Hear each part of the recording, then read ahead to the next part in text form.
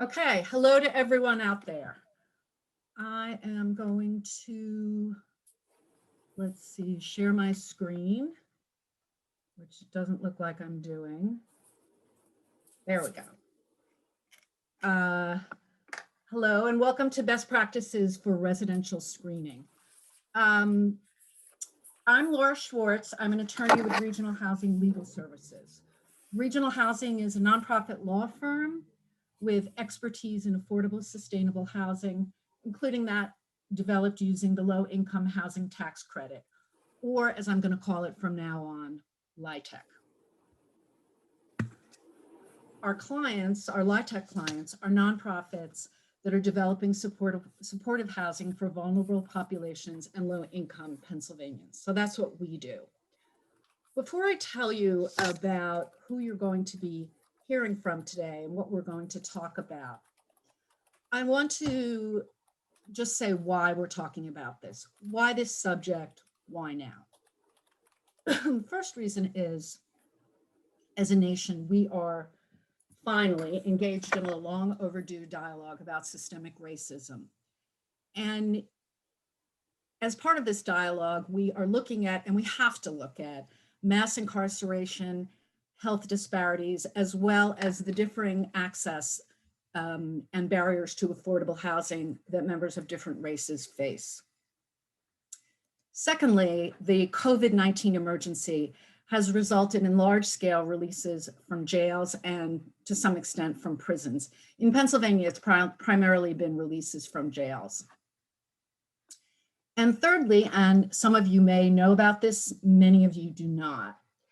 As part of the qualified allocation plan that PHFA adopted this fall for 2021, on page 21, with respect to compliance, owners must now provide certification on an annual basis that their residential screening policy does not violate the Fair Housing Act, including reasonable and non-discriminatory policies around criminal background checks.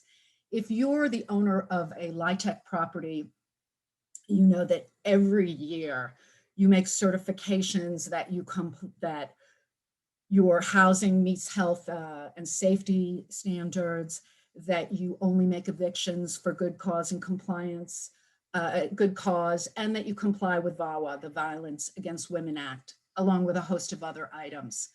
Well, from now on, you're going to have to make this certification.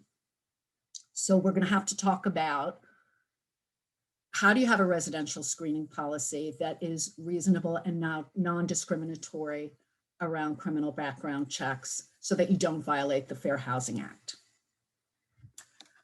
After a brief introduction from me, you're going to hear from Sean Johnson.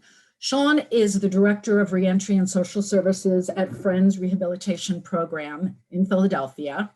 And among other things, she runs a transitional housing program for returning citizens. She's going to talk about her work and how blanket bans on admission of those with criminal records creates a barrier to effective reentry and imposes what effectively becomes a never-ending sentence. Next, you're going to hear from Dana Hansen. Dana is the president and CEO of HDC Mid-Atlantic, which is a Lancaster-based nonprofit developer that owns and/or manages over 3,000 units of affordable housing in 3 states. Over a year ago, HDC made a commitment to advancing racial equity, diversity, and inclusion in every facet of its work. And as part of that commitment, they have revamped their residential selection policy, including how they determine whether an applicant or potential additional household member should be granted or denied housing due to a past criminal conviction.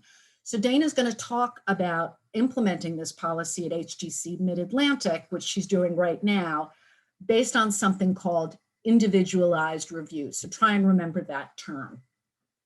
First, I want to do a brief overview. You may or may not know that the United States has the highest rate of incarceration and the world's largest prison population. Here you can see a comparison with every country, and we are way ahead of the others. Secondly, if Pennsylvania, let's just take Pennsylvania alone. Pennsylvania alone has a higher rate of incarceration than any country in the world. And Pennsylvania is about the median for this country. It's neither Louisiana nor Massachusetts, the highest and lowest respectively. Of the prison population, 95% of the people in prison today will be released at some point. They will be released, they will come home. And about 100 million Americans, that's 1/3 of the population, have a criminal record of some sort. So those 95% of people that come home, when they come home, affordable, decent housing is going to be the most critical factor to successful reentry, period. There is a study that was done by HUD a few years ago that said that returning citizens in supportive, stable housing were 40% less likely to be arrested within a year and 61% less likely to be reincarcerated than those people who didn't have such housing. So it's going to come down to housing. Okay, so I said we were talking about mass incarceration. This huge prison population we have, who is going to prison? Statistics are unequivocal that African Americans and Latinx are arrested, convicted, and incarcerated at rates disproportionate to their share of the population. African Americans, 12% of the population, 36% of the prison population. Similar statistics for Latinx men and women. So let's look at drug-related arrest rates. Despite the fact that whites and blacks use illegal drugs at more or less the same rate, since 1980, the rate of arrests of African Americans has skyrocketed, while it's been pretty much stable, not a huge increase for whites. When it comes time to sentence people to prison, who is getting the longer, when you get to the longer sentences, who is making up most of that population? Again, it's African Americans. And it's really stark when you look at the lifetime likelihood of imprisonment. And this is from the Bureau of Justice. For all men, it's 1 in 9 chance of being incarcerated. For white men, 1 in 17, 1 in 3 for African American men, 1 in 56 for women, 1 in 111 for white women, again, 1 in 18 for African American women. So clearly, any policy that makes a distinction based on a criminal record is going to pose a greater burden to African Americans and Latinx men and women. So although we know in fair housing, you can't create distinctions based on race, based on religion, based on sex. And those, we call those protected classes. A criminal record is not a protected class. But when you have a blanket ban on renting to an individual with a criminal record, because of everything I've just shown, obviously it's going to have a different effect and it's going to be a greater burden to African Americans and Latinx men and women because of the fact that they are arrested and incarcerated at a greater rate. So we call this disparate impact. A policy that appears to be neutral, in fact, affects members of different races differently. And because it does that, such a policy is discriminatory and it does violate fair housing. And there's a HUD, very significant HUD guidance that came out in 2016 that basically says this and examines this very issue. And I've created a link here for people who are interested in it, but I'm going to give you the greatest hits right now. You basically have three takeaways. One is there is absolutely no legitimate reason to exclude people based on an arrest record alone. Just because someone was arrested without a conviction does not mean that you can deny their application for housing. No way. Number two, you can't have a blanket ban on conviction. You can't say anyone that's been convicted of any crime in the last 20, 30, whatever years absolutely cannot rent here. You have to look, all crimes are not created equal. You have to look at whether the underlying crime for which the applicant was convicted threatens either your property or the other residents. And the third important takeaway is when you're looking at applications and someone has a criminal record, consider the mitigating circumstances. Look at the age of the individual at the time of the criminal conduct.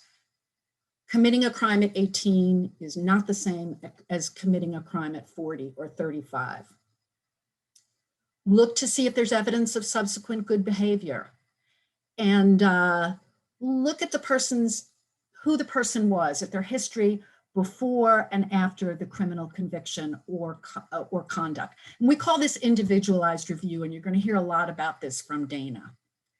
And finally, for people who say, so sue me, or who wonder, could I be sued for this? The answer is yes, if your policy is not in compliance. And there were two very important cases in 2020. One was the Fortune Society versus Sandcastle Housing. The other was Sterling Glen. These involved very large property complexes that were sued under fair housing because they would not let people in with criminal records. One resulted in a $1 million settlement and much more than that paid in legal fees. And the other resulted in a really just terrific screening policy that's really considered the model. And if any of you are interested in that, in seeing that policy, I would urge you to contact me. You saw my email at the beginning.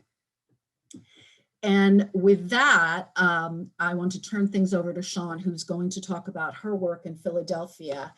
And let me see if I can stop sharing. And since I've been watching the impeachment, I will yield to the gentlewoman from Philadelphia. Hello, everyone. I am really excited to be a part of this panel and to present on the housing success and challenges that individuals who are returning to the community following incarceration face. So again, my name is Shawn Johnson. I am the Director of Reentry Services and Social Programs with Friends Rehabilitation Program. And primarily, I interface with individuals while incarcerated and upon release. So they come to us from a number of different places. There are individuals who are connected to me directly from the SCI, so from the State Correctional Institution here in Pennsylvania, of which there are correctional institutions from this eastern part of the state, clear across the western part of the state, and depending upon whether or not the individual is planning to return to the Philadelphia area or surrounding counties, they are able to reach out to us for housing assistance, and we are able to connect them to safe and affordable housing. One of the other things that we do is that we provide workforce development support, mentoring, and family reunification. So we like to say that we provide a plethora of wraparound holistic services so that one of the challenges of individuals have to face returning to the community is not going to be their reintegration process. So for some who have spent longer times away, reacclimating to the city or the community may be difficult, but we try to ease the transition by assuring them that we can be the voice of communication with some of the employers that we set people up with and with their family members and community members to reconnect them to viable resources. So who are the individuals that we support? We have a contract with the Department of Corrections and the Bureau of Community Corrections that handle the transition of individuals released on early parole. So when individuals are identified as approved for completing their sentence from the community, they are able to be paroled under the supervision of a parole agent and referred to our agency for services. The services that I recently mentioned, again, housing assistance, mentoring, workforce development, and family reunification are 4 contracts that we currently have with the state, with the Commonwealth of Pennsylvania. When individuals come to us, we do a complete and thorough assessment. We find out what their family composition is. Are they returning to the community, to families? Are they just interested in living alone? And what is it that is going to be required to help them transition with as little frustration as possible? Not always as easy as I'm making it seem, but we try to make sure that we help them overcome the barriers that folks hear about in the immediate, such as having a lack of income, such as not having the support of family members. And one of the major issues with housing is such as overcoming the barrier of a landlord in a screening process choosing not to rent to them because of their criminal background. So many of the individuals, as Laura mentioned, many of the individuals are have been incarcerated on drug charges, some for solicitation of drugs, some because they've been caught in a continuum of addiction. Many also live with what we call co-occurring disorders. And as a person who kind of looks at the clinical component that is attached to someone's barriers, we look at the opportunities that individuals have cycled in and out of the system because their mental health and their addiction have been co-occurring for so long. And after you go before a judge 2, 3, 5, 10 times for small, petty theft, to be able to purchase your drugs. After so many times, a judge kind of gives you what they call a little bit, maybe a longer hit, so that you're spending a little more time away. So instead of spending time in the county jail, you're now getting that 2+ years in the state correctional institution. I'm just curious. I'm Yes. just curious, Sean. So how do your clients stay sober once they come out? You said some of them have had drug problems.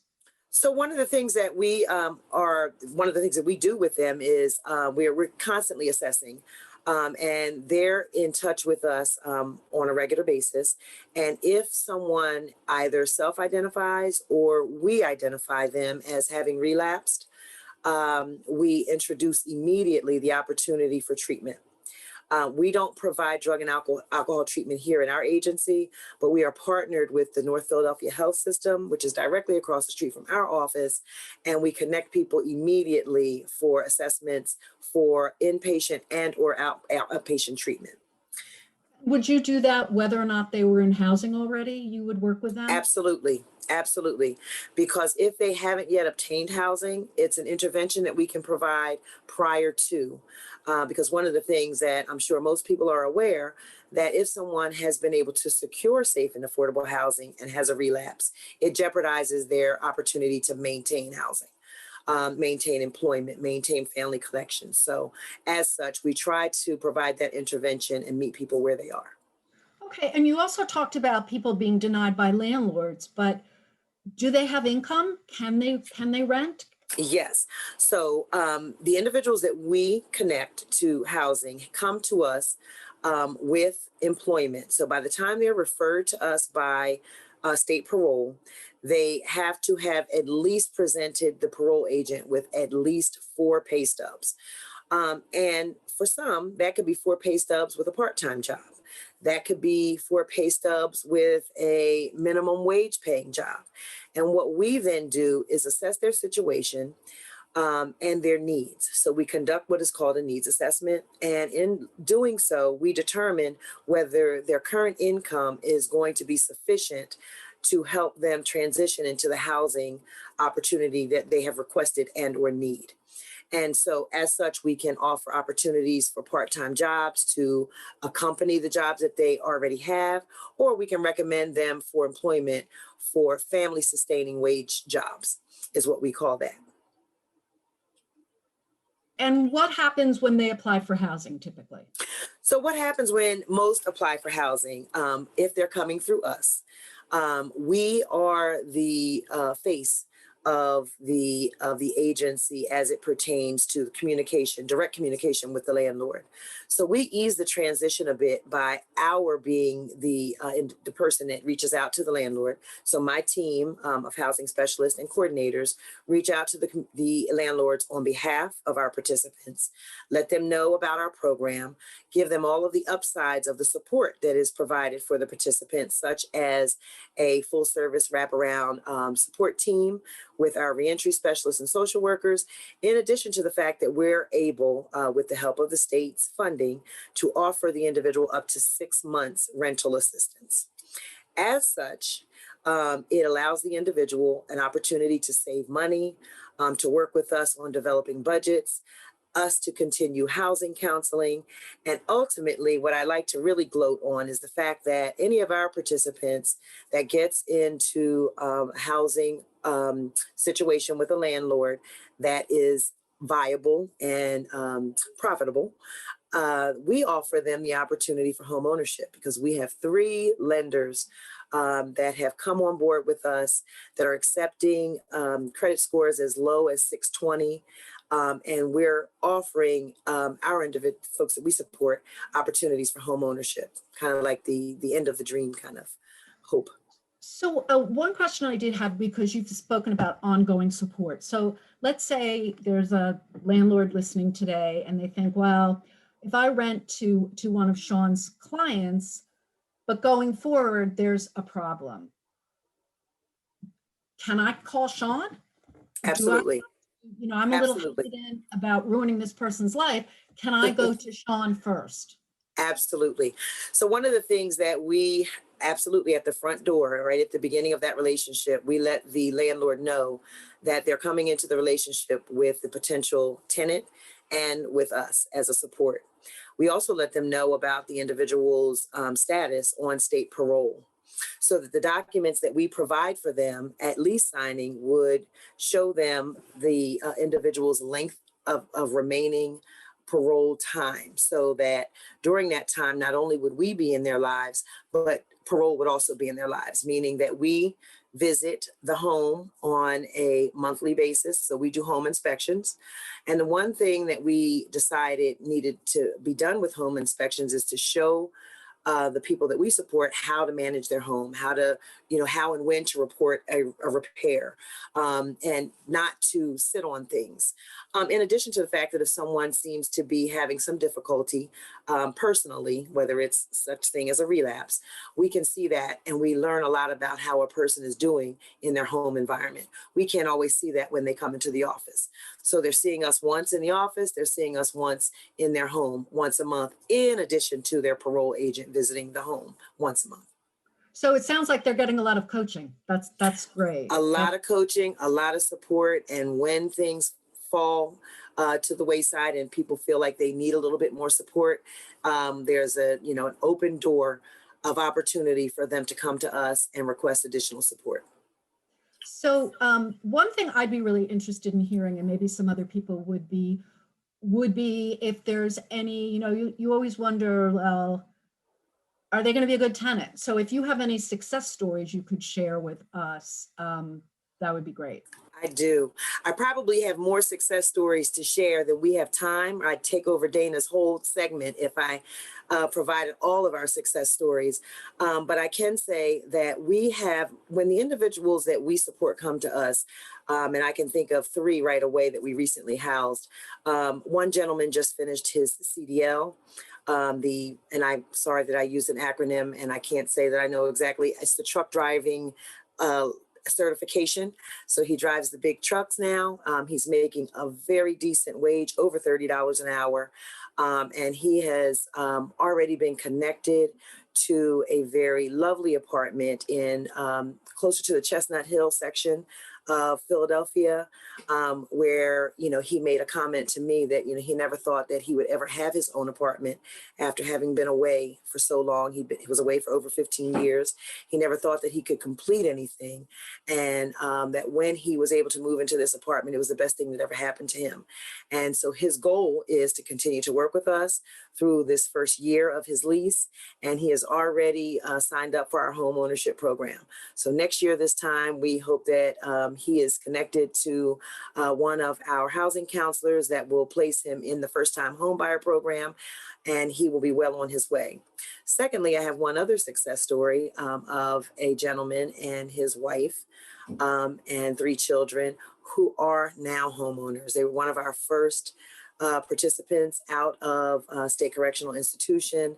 The gentleman who was our participant and his wife both opened a beauty salon, and he started to just kind of grow that opportunity and got his barber license. And now they have 2 salons and barbering facilities. And last year, around this time, they made settlement on their first home. And so we were more than excited. And one of the things that gives us so much joy is that, they're constantly calling back, and we have mentoring sessions where we meet with individuals that we support, and always offering to come back to talk to other people about how well the program had worked for them, and so that they would like for it to work for others. That is great to hear. And I think you've brought up a point that I don't know if you intended to make, but that's worth emphasizing, which is that when people don't have access to housing, often that means separation from their families. Absolutely. So because some of these policies have to do with adding someone or re-adding someone to a list, to an existing lease. And so that often owners are screening people for that. So yes. We're going to take questions at the end, but I do want to make sure we talk to Dana now, and let her talk about the exciting work that they're doing at HDC. Thanks, Laura. I'm going to go ahead and share my screen. Hopefully that'll go seamlessly. Awesome. I'm President and CEO of HDC Mid-Atlantic. As Laura mentioned, we are a nonprofit affordable housing development organization. We are a dedicated developer, provider, and advocate for affordable housing. We believe that housing is a human right, and we are committed to ensuring that everyone has a safe, welcoming, affordable place to call home. We've been around since 1971. We're in our 50th year. We are in 3 states with over 3,300 units across 54 communities. The majority of them are in the state of Pennsylvania and South Central Pennsylvania, Berks County, Chester County, and the Lehigh Valley. And I'm here to discuss our process in moving through a revised resident selection process with a particular lens around being trauma-informed and applying racial equity to our work. I will say that I'm not a subject matter expert. I'm just sharing the work of a lot of contributing members of my team who participated in revising our resident selection policy. That includes Caitlin Williams, a former employee, our Vice President of Resident Services, Debbie Gable, our compliance manager, Jamie Shillity. I think a lot of our HDC team are attending this workshop today, so I wanted to give a shout out to the folks who worked really hard to pull this together. I just want to remark upon Laura's opening remarks. 95% of those in prison will be released and will come home, and focusing on the world will come home. Exactly what role do we play in ensuring that there are opportunities for people to come home? And that's where HDC is focusing its work around being a developer of affordable housing and increasing the opportunity and looking for ways to reduce barriers, whether we understand that we're part of those barriers or not, to increase the opportunity for everyone to come home. I'll go through these slides very quickly. Laura mentioned them in her introductory remarks regarding the United States having one of the highest incarceration rates. And this is really a result of a change in law, not a change in crime rates. And in recent years, there's been major scrutiny of these one-strike policies, and additional letters and guidance and rulings have come about for everyone to take a closer look at how we are supporting people to re-enter back and be able to come home. In particular, looking at disparate impact. And I think about the liability of organizations like HDC and those who may be joining the call without intention that you may be violating the Fair Housing Act, even if it's not your intention to discriminate. So if there's one thing you want to take a closer look at today, is understanding your liability by reviewing your resident selection criteria and making sure you are not increasing the barriers of opportunity. And there are collateral consequences in terms of placing an unanticipated burden. I think Laura or Sean had mentioned that the sentence, regardless of how long they serve, is often a lifetime in terms of coming back and being able to build a life for themselves. Limited opportunities for employment, limited opportunities to access housing, the stigma, disenfranchisement, those are all burdens on individuals trying to re-enter society and lead lives as productive citizens. So we are really working closely at figuring out how, again, we can improve that opportunity and remove those barriers. Each slide, I'm going to talk a little bit about how we got to this place and guidance for tips if you're looking at picking this up and figuring out what you can do as an organization. Do your homework, do the research, understand what the risk really is. It is proven to show that research has not shown connections between past current activity, criminal records, and future current activity. And then oftentimes, if a person has a criminal record, remains crime-free for a period of 7 years, the risk of a new offense is similar to that of a person without any criminal record at all. So I'm going to talk a little bit about why HDC started to take a look at this, in addition to the lens of racial equity and being trauma-informed. Quite honestly, our policy was also outdated. I mentioned that we're 50 years old, and I've been on board as president and CEO for the past 2.5 years. And my first question was, why is this in place? Why do we have this rule? Why is there this requirement? And it's an evolution of our policies for 50 years. And we really need to dig down and understand and support the why of everything that we are requiring or restricting in terms of reviewing residents who are applying for HDC housing. So it really was an opportunity through our strategic planning process and our commitment to racial equity to pick that policy back up and start from scratch, so we all understood our policies and why they were in place and how we were moving forward. Again, I mentioned it aligns with our new strategic plan in terms of applying racial equity to all of our policies and procedures. This is one of the first ones we've picked up. We also went through a process of training our entire organization on trauma-informed care and principles, and understanding what we can be doing to creating a welcoming and engaging culture for all our residents, including those who are seeking housing. So it really is a value-based approach. And this is very important, and I know that this is one that Laura stresses quite a bit, and that your board will like this one. It reduces risk and liability for HDC. Very, very important. We do not want to be sued for disparate impact in terms of our policies, and making sure that those policies do not discriminate against populations and people of color. And it better serves our mission. Again, it helps reduce barriers for people in need of housing and really stay true to our mission at HDC.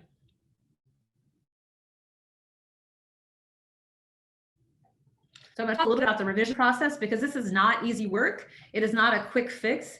And I would recommend that if you're looking at this, to take your time.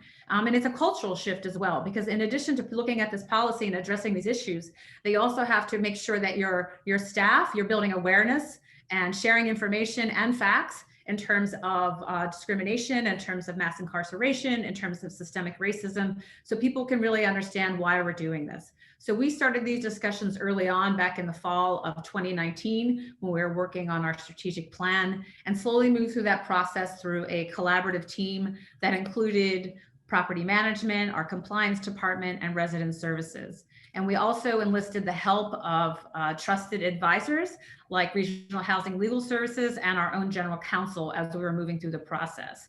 And we made sure to engage our work group around racial equity, diversity, and inclusion, and work with our board of directors as we were revising our policy. And you also don't want to forget all the sign-offs and notifications to your third-party owners, to PHFA, your investors, and HUD as being part of that process. And that all takes time.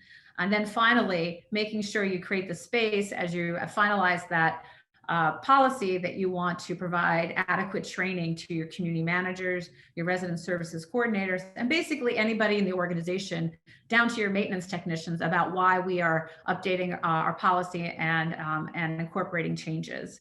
So we have just moved through that training process, and I will share that we are officially launching our revised resident selection policy January 1st, 2021. So good things are happening.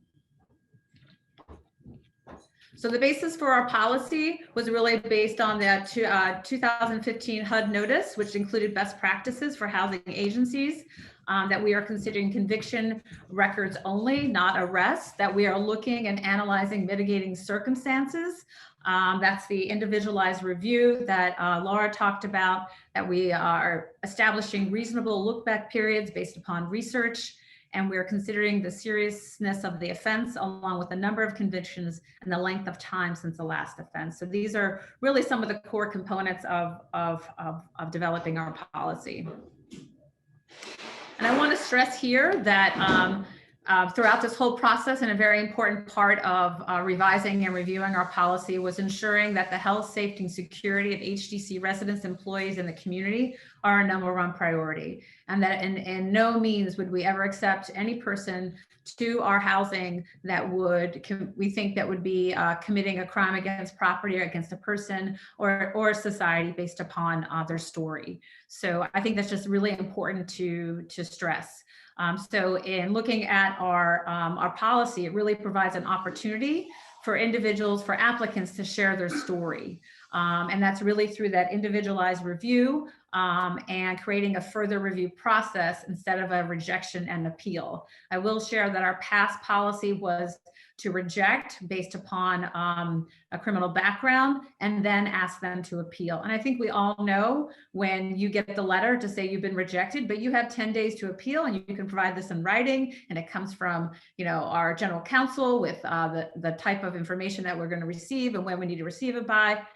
The likelihood of them appealing, because doors get shut in their faces all the time, why would they do it? So we knew we needed to revamp that process and really create an opportunity where we've identified that we want to further review your application and we want to learn more about your situation. So I'm just going to go through very quickly these slides, and I think if you're interested, we can share our complete revised resident selection policy with you. But these are the charts that basically break down our policy according to buckets, right?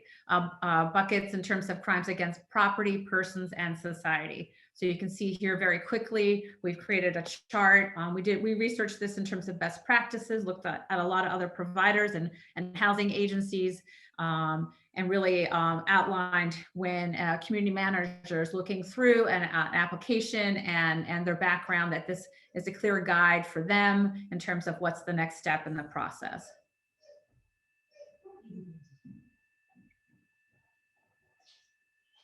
So I want to talk a little bit more about the Further Review Committee, which is about the individualized assessment for applicants at HDC. And we have developed a 3-member committee. It's really a cross team, again, that is so important, between property management, compliance, and resident services. And this is where the committee reviews applicants that may suggest a level of risk to the community or to property or to persons. And you can see here that we give applicants the opportunity to explain the details of their circumstance, which includes letters or comments from probation or parole officers, proof of payment, comments and letters from caseworkers, counselors, and therapists, any sort of certificates, anything that will share their story in terms of helping us make a decision. And that can be provided in writing, or we can also conduct that in a phone call. So we're trying to keep it as open as possible to let people know that we just want to better understand their circumstance, to help us understand, if we would move their application forward. So here are some of the factors that we take in consideration in terms of decision making. And applicants have the right to appeal this decision once we review what they've submitted in terms of voting to grant or deny admission into HDC housing. So we take a look at the criminal history, the time since the most recent conviction, the number of convictions, the nature of conviction, rehabilitation, of course, the history of drug or alcohol abuse, their treatment and participation and their completion, community ties and support, of course. We all know how important that is in terms of a person's success. What kind of networks they have available? Are they involved with any groups, any nonprofits? And then also taking a look at their landlord history.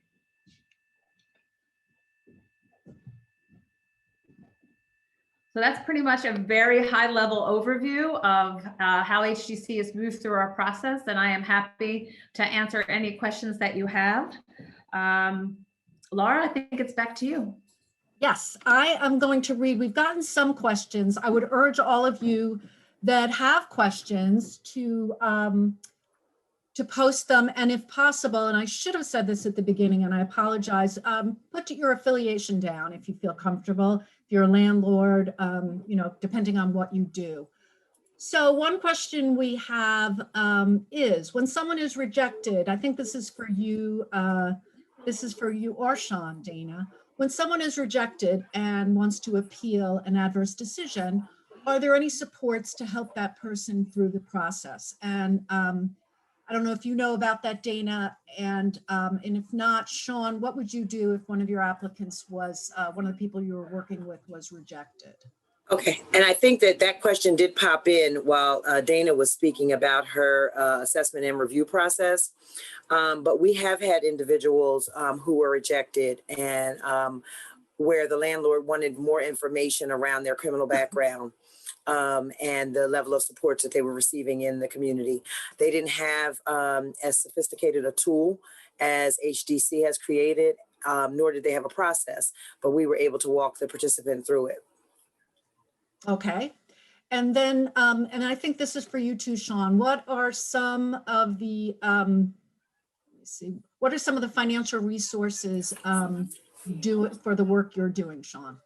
So ultimately, the state provides 6 months of rental assistance. And initially, we were providing 100% rental assistance, and the program, our program and policy changed a bit, and now we provide 70% of the income, of the rental assistance, and the individual provides 30%. We also can assist individuals with utilities during that rental assistance period. And typically the goal is to have people become self-sufficient, be able to create a savings, and to pave the way for them to be able to stand on their own once the rental assistance has ended. So unless they are a person who is receiving Social Security or is elderly, we would not set them up for subsidized housing in turn. Okay. This is a question that I think has to do with the stigma of criminality. It's a big question. One issue with criminal justice and housing is the stigma of criminality. How do you begin to change the stigma narrative with landlords and community members? And I'm giving this to Dana because she's obviously, in rolling out her program, had to confront it. And I wonder if you had any pushback from staff or property managers. How did you combat that stigma? So yes, I think that's part of the cultural shift, and I will share.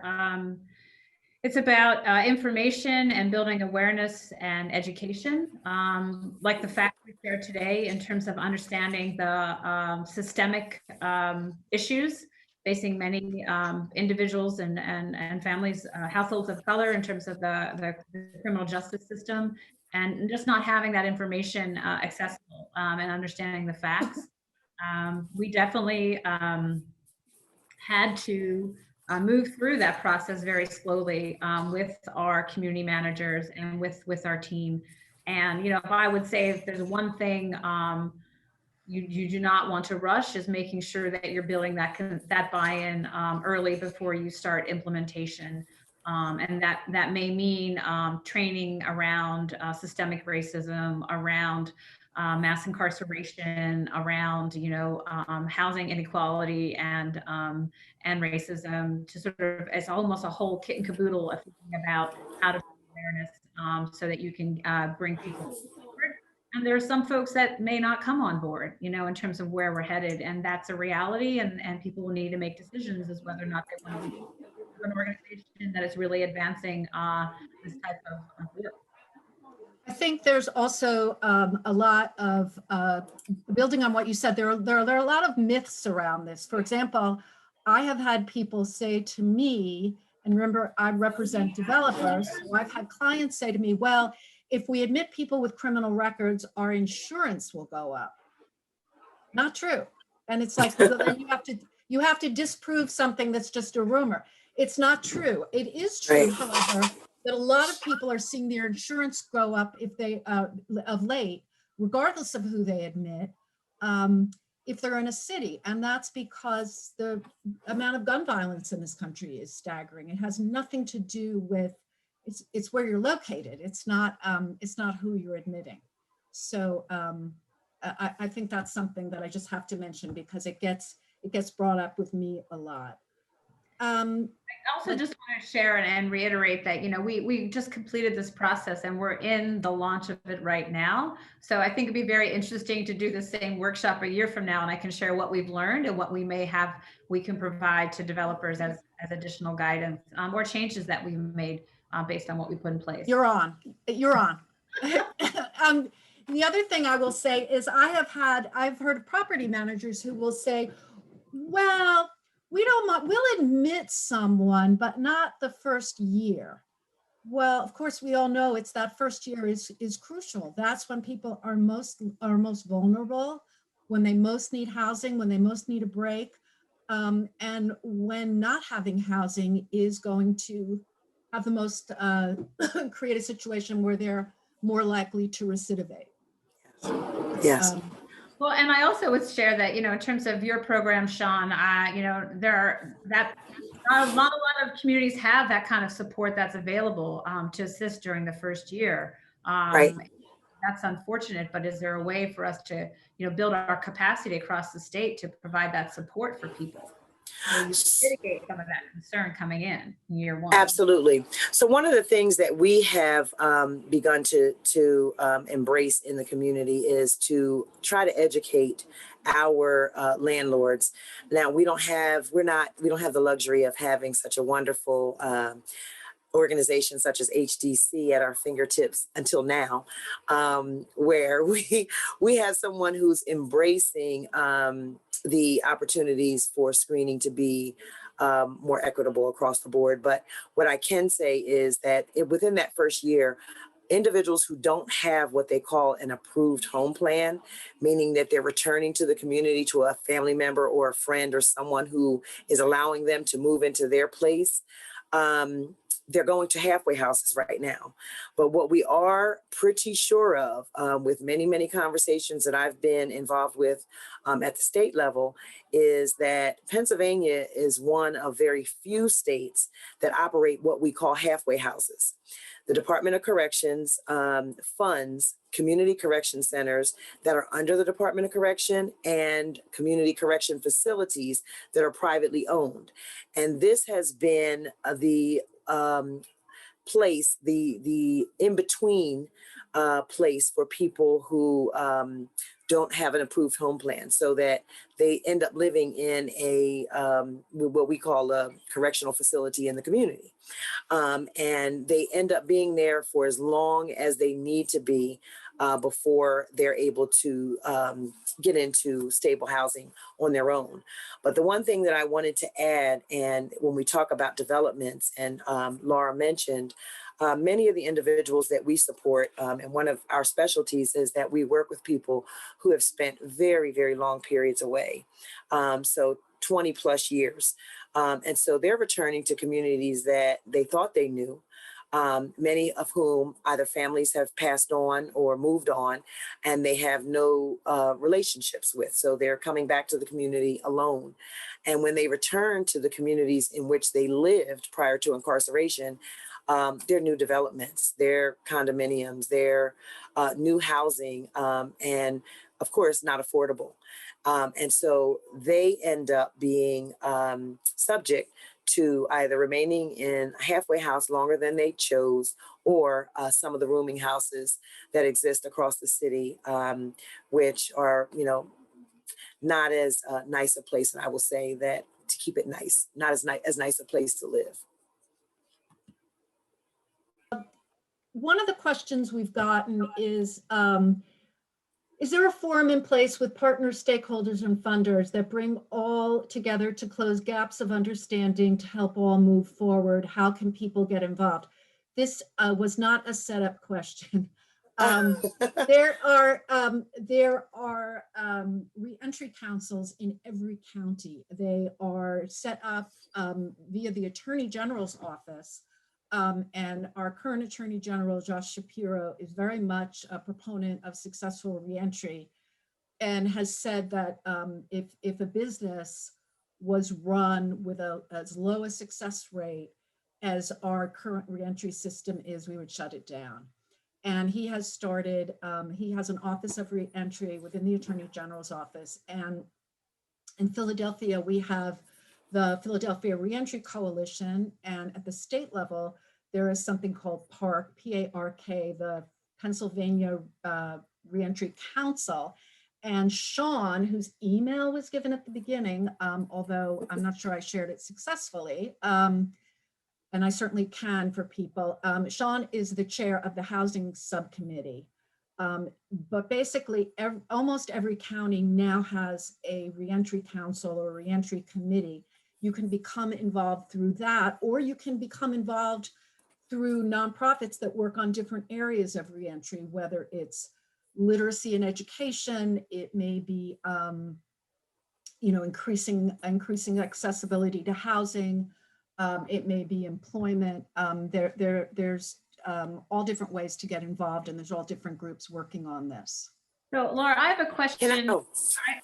I just have a question relates to, like, when we think specifically about LIHTC deals and the role of PHFA to have developers and owners take a closer look at their policies. I know that they sort of published that requirement as part of the QAP, but when we think about, folks talk about needing more housing for people who are returning and need a place to call home, and you think about creating new units and how we do set asides or create opportunities in terms of apartments. But I'm a big proponent of saying, how many thousands of units do we have in service right now in the state of Pennsylvania, by which if everyone took a fresh look at their resident selection criteria and figured out how to remove barriers and provide better access and opportunity to, again, have an individualized review, would we in fact have better success because those units are already in service and operating?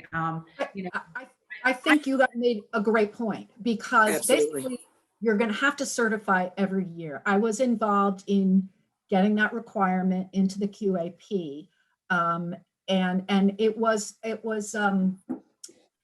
supported by Josh Shapiro, who's our Attorney General. So I mean, there was support for it. If you own LIHTC housing, you're going to have to certify every year that you're not violating fair housing. And you may say, how do I know? Well, take a look at Dana's policy and see how your policy differs, or have your general counsel do it. You can contact me and I will send you, you can get Dana's policy from her, or you can contact me and I can give you model policies. The three elements that we mentioned earlier: no blanket bans based on arrest, no blanket bans based on, you were ever convicted for anything at any time. An individualized review. If you do that, you're going to be fine. So, but you are going to have to certify every year. Now, PHFA has not yet put up compliance. They have not yet put up model policies. I hope they do. But, you know, I think it would be great if developers and if owners of housing contacted PHFA and said, hey, send me a model policy. Tell me what I should do. Right. And Laura, I just wanted to add one. Oh, you're muted, Dana.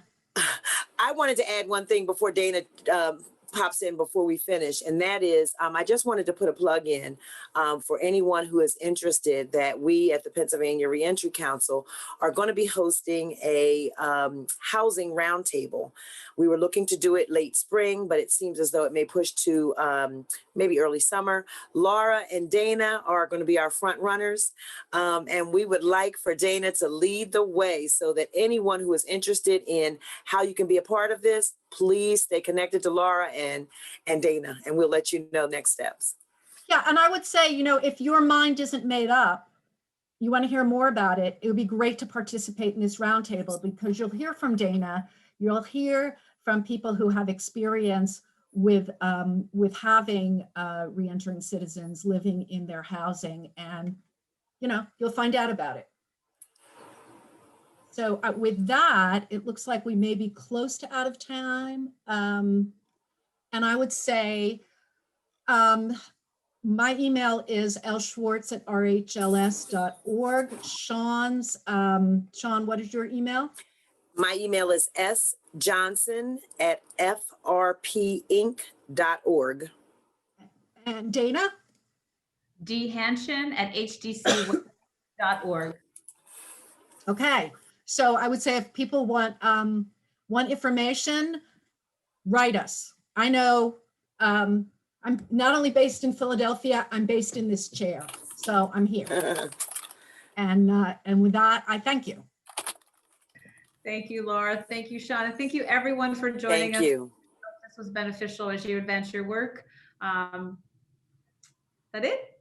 And I'd like to thank you as well. Okay, Have a wonderful I think, day. Brian, I think that is it.